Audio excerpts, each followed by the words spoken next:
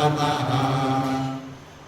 ॐ वसुदेवसुतं देवं कंसचाणूरमर्दनं देवकी परमानन्दं कृष्णं वन्दे जगद्गुरुम्।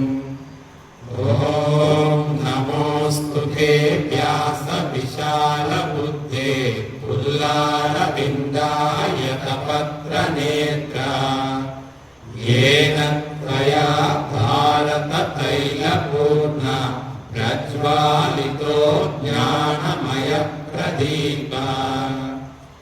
ॐ सर्वोपनिषदो गावो दोग्धा गोपालनन्दना आर्दो वत्सा सुधीर्भोक्ता दुग्धं गीतामृतं महत्।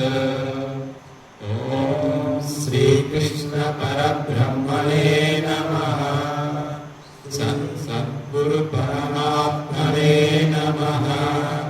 सर्वमहर्षिभ्यो नमः। ॐ श्रीकृष्ण परब्रह्मणे नमः। भगवद्गीता अथ प्रथमोऽध्यायः। अर्जुन विषादयोगः। धर्मक्षेत्रे कुरुक्षेत्रे समवेतायुयुत्सवः। मामकाः पाण्डवाश्चैव किमकुर्वत सञ्जय। सञ्जय उवाच दृष्ट्वा तु पाण्डवानीकं व्यूढं दुर्योधनस्तथा आचार्यमुपसङ्गम्य राजा वचनमब्रवीत्। पश्यैता पाण्डुपुत्राणाम् आचार्या महतीं च मूं व्यूढां द्रुपदपुत्रेण तव शिष्येन धीमता। अत्र शूरा महेश्वासा भीमार्जुना समायुधि। युयुधानो विराटश्च द्रुपदश्च महारथः। दृष्टकेतुश्चेकितानः काशीराजश्च वीर्यवान्। पुरुजित् कुन्तिभोजश्च शैब्यश्च नरपुङ्गवः।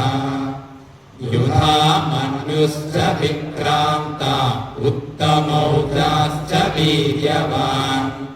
सौभद्रो द्रौपदेयाश्च सर्व एव महारथाः।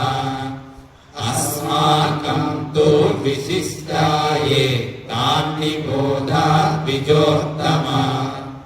नायका मम सैन्यस्य संज्ञार्थं तान् ब्रवीमि ते। भवान् भीष्मश्च कर्णश्च कृपश्च समितिञ्जयः। अश्वत्थामा विकर्णश्च सौमदत्तिस्तथैव च। अन्ये च बहवः शूरा मदर्थे त्यक्तजीविताः। नानाशस्त्रप्रहरणाः सर्वे युद्धविशारदाः। अपर्याप्तं तदस्माकं बलं भीमाभिरक्षितम्। पर्याप्तं विदमेतेषां बलं भीमाभिरक्षितम्।